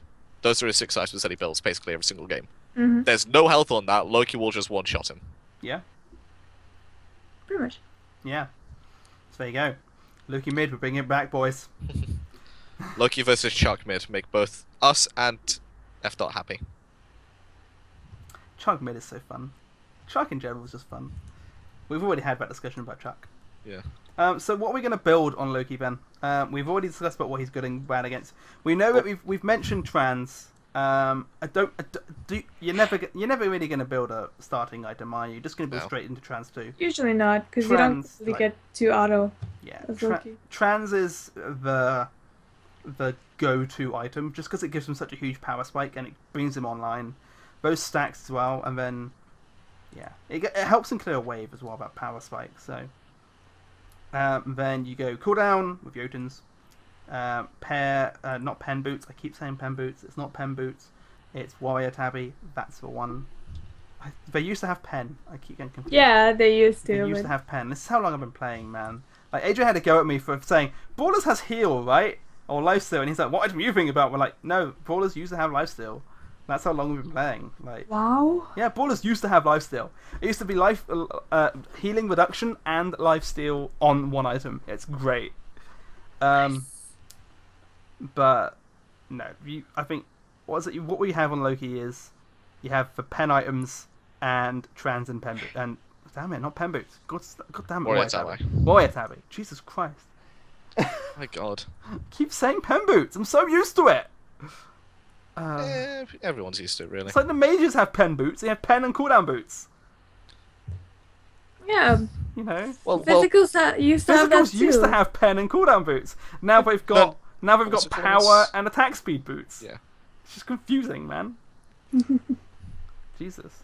Well, there was a change implemented in Season 2 to try and curve what was going on in the early game. That worked, didn't it? Yeah, people were like, oh, Smite's not going to have any kills until 20 minutes in. And like, in the first show match of what happened when these changes were implemented, there was a kill in the 3rd minute. And people were like, oh, maybe not. Maybe not. No. So are we basically just all agreed that the standard Loki build is basically the only Loki build? Because building defense on him just kind of hamstrings him. He wants to get in, wreck someone's face, get out. Pretty much. Basically it, isn't it? Like, you ult someone, they're not dead. Basic, okay, they're dead. Quick, go invis. They're not going to be able to find me now. Unless they have a Loki detector. But... okay. Loki's Okay. I hate Loki. I think that's going to do it for us for the God discussion this week. Yeah, it's great. Next week, though. We're getting Kronos, right? It's just us lot, so we can if you want to go on a rant about it. Yes. Okay. Okay. So for 2015 recap show, which is next week, we'll have God discussion of Kronos to get the rants out of the way early. So, upcoming in the community, there's only one really thing coming out, and it's this weekend. I love the note list. I love the name of the notes. Yeah. Yeah, it's amazing. You guys can't see this. The note name for this is great. The note name is Have a Friend or Get the Fuck Out. Because it's Party Up weekend. This Friday, December 11th to Sunday, December 13th, earn double experience of worshippers by playing Smite, feeling social, and triple worshippers and experience by playing in a party of 2 or more. Feeling antisocial? Play Fallout 4. Or Pokemon. Or Pokemon. So, there's a link in chat for those of you who are wanting to see all of this notes in its glory. I basically read out the entirety of it. Wait, what? And that's upcoming in the community for this week. Yay! Oh, you read up the entirety of it. Okay. Yeah, to be fair, going on what's going on in the community and what's going on in Smite in general right now, it's slowing down because everyone at Hi-Rez is getting prepared for the Smite World Championships coming up. Yeah, pretty much. And also Season 3 coming out, which allegedly DM Brennan has said he went in yesterday, on Wednesday, to test some of the stuff that went on. Okay. And he says it looks and feels awesome. He also said something along the lines of he can't say too much, but he got to late game quickly. That's what he said. Mm. Okay. That's all he's given away so far. That sounds AIDS. It's- It actually does. So, if that's anything to go by, welcome to the Kali meta. Yeah. No. Yeah. No. I love Kali. Let's go, man. Let's go. The Kali meta. Hey, we've had the Hell meta, why not Kali? Well, Kali used to be a thing, though, didn't she? And Yeah. then they nerfed Kins. Mhm. And then they nerfed Kins. It was Yeah, mainly the the Blink thing nerf is, that like- kind of fucked up Kali, because Yeah. Kali was played in North America a lot for the first part of the season. One of the main reasons it was played because you'd Blink stun Yeah. too. It would be such big damage. It'd be such a good it'd be a good initiation. It'd be a good way to bait beats. But then the Blink nerf happened, and Kali just doesn't have an early game without Blink. Doesn't have an early mid game without Blink. Mm. So in your team, you just have this crutch you're kind of carrying around for the early game for the first 20 minutes. Just trying to nurse it up to full health, just shielding it away from danger, and then suddenly you remove the mask, and you see it's Cthulhu all along. Ah, Cthulhu Fatagan. Yeah. Hey, there's already a Cthulhu in this game. He's called Amazenkab. Oh, the Dark Whisperer skin. Dark Whisper skin. Are they not introducing any more skins that are similar in that mythos? Are they not introducing any more Lovecraft stuff? They may be. Hmm. We're still waiting on that damn Plague Doctor Hades. That was a really cool community design. That was that's the thing. It's a community design. Well, Hi-Rez don't we're still waiting on the bloody Steampunk Vulcan, and that was going to be a skin. They said it was going to be a skin, and we're still waiting a year and a half down the line. Hey, we got it in form of his tier 2 skin. That's not good enough. We want steampunk. We want Sir Ket level of steampunk. Oh god. That skin is really It nice. would work so well on Vulcan, and the design for it was so good. Don't forget as well, Bernhilda was also a community skin. Yeah. So they do have them. Yandroid was a community skin. There's a fair few skins in the game which were introduced by the community, and then Hi-Rez went and made them. But there's a few which they have said they want to make into a skin. Yeah. They've given us they said they're going to do it, but we're still waiting on them. And Vulcan's one is the big one we're still waiting on. Not that it matters. In SPL games, you're not going to get to use those skins anyway. So There is one more thing actually coming up in Smite, and it's not this Tuesday. It's next Tuesday. We're going to be moving to the final part of the Odyssey, the Egyptian Pantheon, and you're going to start that off with a Kepri skin. woo! Yay! That Robo Kepri Kepri. skin is so good. It's Robo Kepri, and I believe the item after that is a Cat Ward. For the stat, I believe so, and then that will be the Odyssey complete. as we know, the Egyptians did worship the cats. Yes. Yay. I felt Ow. sorry for any cat that was owned by a pharaoh because screw you. And, of course, once you do have all 14 items of the Odyssey, you get Thor. Ragnarok Force X Thor. It comes with its own So looking custom forward to that. soundtrack. Also, we should mention that this week's skin is live. It is the UFC Raven skins, and they are called When I Find Raven. King of the Ring and Rock from Bizrak. Rock from Bizrak. Okay. So, one of them is red with a moustache and beard, and one That's of them is Rock. purple with no moustache and beard. I think the red one looks better. I like the purple one. I don't think he looks like kind of badass. I don't know. But now you actually have an excuse to use those skins because Raven's getting a buff next week. Raven will actually be playable. Raven is playable. Raven is getting introduced to the game next week. Yeah, man. It's like he's like the new next god Fenrir.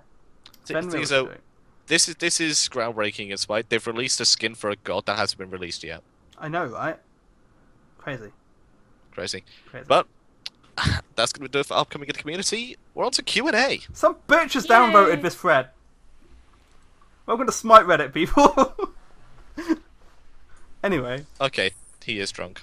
Not Ian. No, it's like it was like 100% upvoted, and then it got downvoted. My god. Yeah. Okay. Sushi, would you like to ask your usual question to our guests? Yeah. Yes. Alright, boys. What's your favorite pizza topping?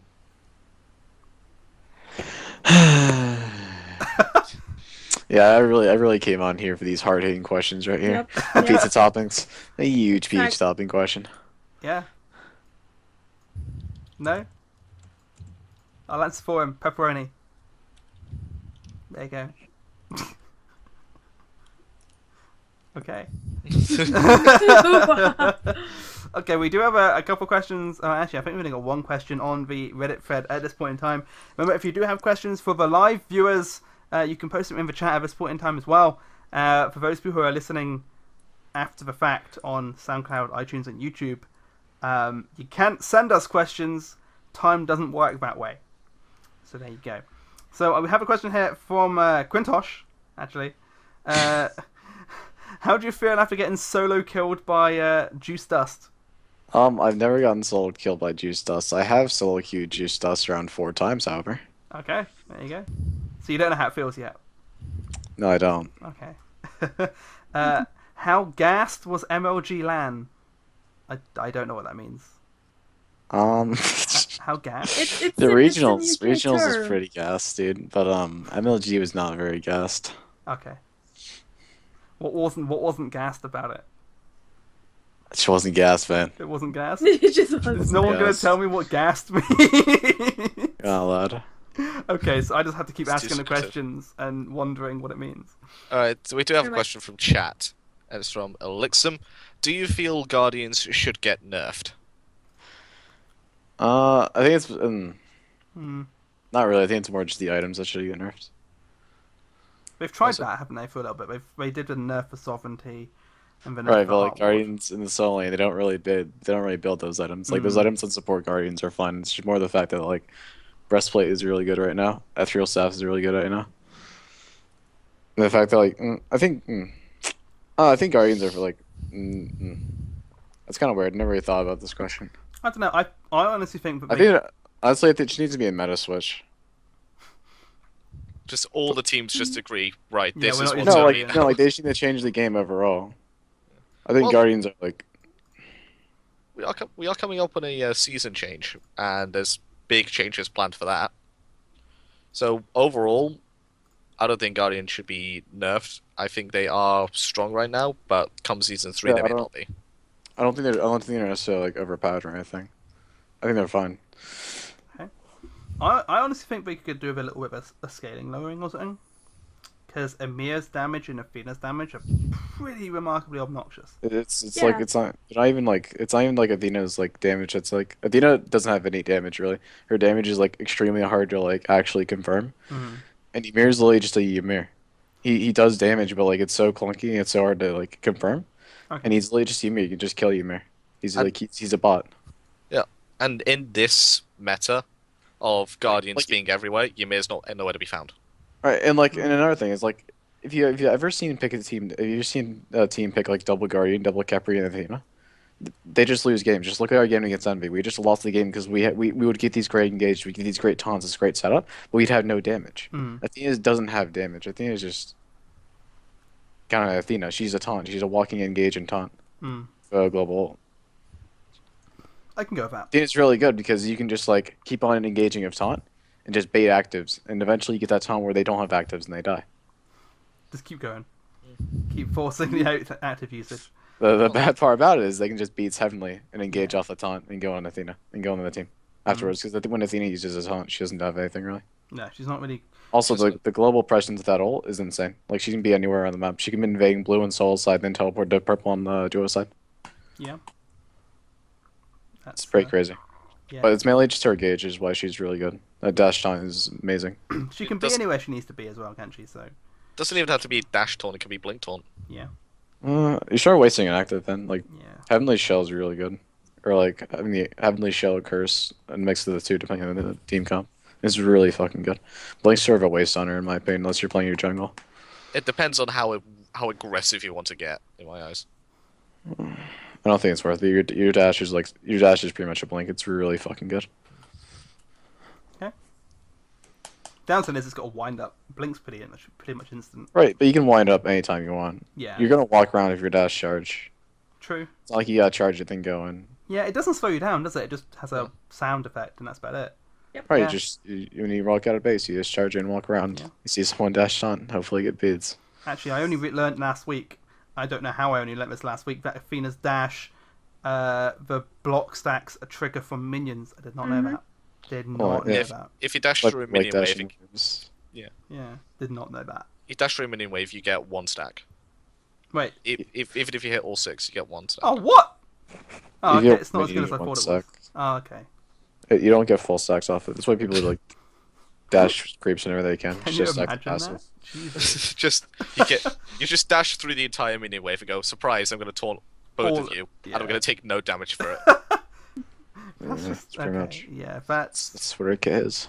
okay. It's still kind of okay, but okay, not quite as good as I thought And it if you was. think about it, like when you ever gonna like the only way you can confirm her 3 damage is if you knee through into the 3 or like have some CC or no CC into the 3.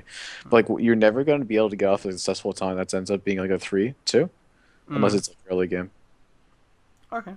Her damage isn't very good. It's more just the taunt. She's good at Push so itself. she's essentially good at going where she needs to be and taunting, and that's about it. She's got a really good engage. Okay. And then her engage synergizes a lot of other characters just because it's a repeat engage. You can use it to like bait beats and reset. Yeah. That pretty good use for her. Like Sobek, where like Sobek. it's kind of horrible. I like Sobek though. He's got I don't know. He's got a great engage, but It's he's a not great horrible, He's a it's huge just- caveat. Very unreliable. Yeah. We do have another question as well, again from Alexum. Is Kepri still the best Guardian that you should first pick? Kepri guarantees like hard pressure and dual lane for the most part. His ult's still a very good ult, and his damage reduction is still very like relevant. I think he's a bit weaker, but he's still good. Would you, in that case, prioritize Kepri over Xingtian? Personally, I think Shinten's the most overrated god in the game. Well, certainly after his base nerfs, I feel like the last round, he's still strong, but he's not. He's just like a lot of people weren't doing before is they weren't putting resources towards shutting down the Shinten. If you pick a comp that has pressure, which is very easy to do and very easy to like not lose anything for in this meta, but if you pick a comp that can get pressure and just invade the blue on Xingtian, invade Xingtian's blue on cooldown. If Xingtian doesn't get his blue, he's not able to farm. He literally cannot farm. It takes him like three abilities to just clear the wave. 3 abilities to clear the wave. It's like clearing of Xingtian is suffering. And if he doesn't have the blue buff, he can't clear the wave, and he can't also like abuse the fact that he's Xingtian and poke out the enemy solo laner and win the matchup. He just loses. And when Xingtian's behind, he doesn't really do anything. Similar to Waries, but less harsh. Yeah, like he actually just doesn't do anything. And for Shington to actually, another thing is, if for Shington to actually do stuff, his team needs to be like even or ahead as well. His team needs to be like competing in the game to like do things. If his team's like behind, even if he's like 2 levels ahead, he's Shington. He just doesn't. He can't carry a team fight. He can frontline and be like a monster in a team fight if his team is able to go in with him and be aggressive with him, and like get those actives so he can actually throw at people. But like if his team's not ahead, he just doesn't do anything really, or in a position to actually follow up. Okay. He's, in my opinion, like he's pretty overrated. Okay. Right. I do have a question. This is from me. What's it like being a PC coach and an Xbox player at the same time, and how do you how do you balance it, especially considering it's two different platforms? If they ever do conflict, I just get the scrim demos and I watch them back later with record comms. But it often doesn't really conflict since reasons, but it just takes up a lot of time. And I had to basically keep track of like both metas. It's a lot. It's like very time consuming, but it's nothing I can't do. Have you considered bringing anything from the PC metas into Xbox or Xbox into PC? Oh yeah, I learned a lot from doing the Xbox thing, and I learned a lot from doing the PC thing. Okay. I didn't think that question through, did I? Like, there's a couple times in the regionals where I told Salt to pick one, and that was because I don't know. We in the Xbox scene, Guan was a top man in like the meta, and so I had a lot of practice with Guan. I knew what Guan was good against, what Guan's good at, etc., etc. And there's like 2 games where I saw that Guan was actually like a really good pick against their team comp, and it worked out well. Even though one game he had to play against Bickham's Hades, but Bickham's Hades versus Guan, but it's literally Bickham, so he's gonna win every matchup versus Bickham. Oh, No BM to Bickham, but like it's Sol Machine versus Bickham, an inexperienced solo laner. Yeah, Bickham came into TSM as someone new to the solo lane role, and he got punished for it heavily. Yep. Sol Machine probably is the him and Omega. He probably is the best laning phase, or one of the better laning phases of any solo laner. Okay. I mean that was a thing around the NA scene coming towards the end of it when Bickham was playing in TSM, which was ban Sobek against TSM, and he can't do anything. Oh yeah, that was the meme, Sobek Shington and Bickham's God Pool, which is kind of true at that point. But no disrespect to him, he's a nice guy. I like Bickham. He's a very nice guy, and hopefully he finds a team coming into the new season in his proper role. Yeah, hopefully. Good luck to him. Yeah, good luck to everybody in NA in the roster apocalypse. My suggestion: put your name in a hat with everybody else. First 5 names coming out, that's your new team. And the order you come out is what role you're playing. Yep. So if you're first, you're solo. Second, you're jungle. Third, you're mid. Fourth, you're support. Fifth, you're ADC. Exactly. There you go.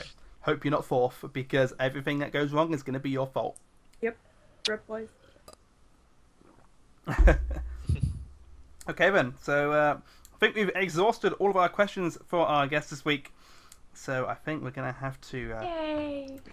call an end to the show. Yay! Please don't be drunk next week. What? It's not Please. that bad. It's not that bad. Please. Is it that bad? Like you've terrible. never sworn outright on stream before, unless we're in like a heavy discussion. The issue is Loki. I knew Loki was coming. Oh, okay. Yeah.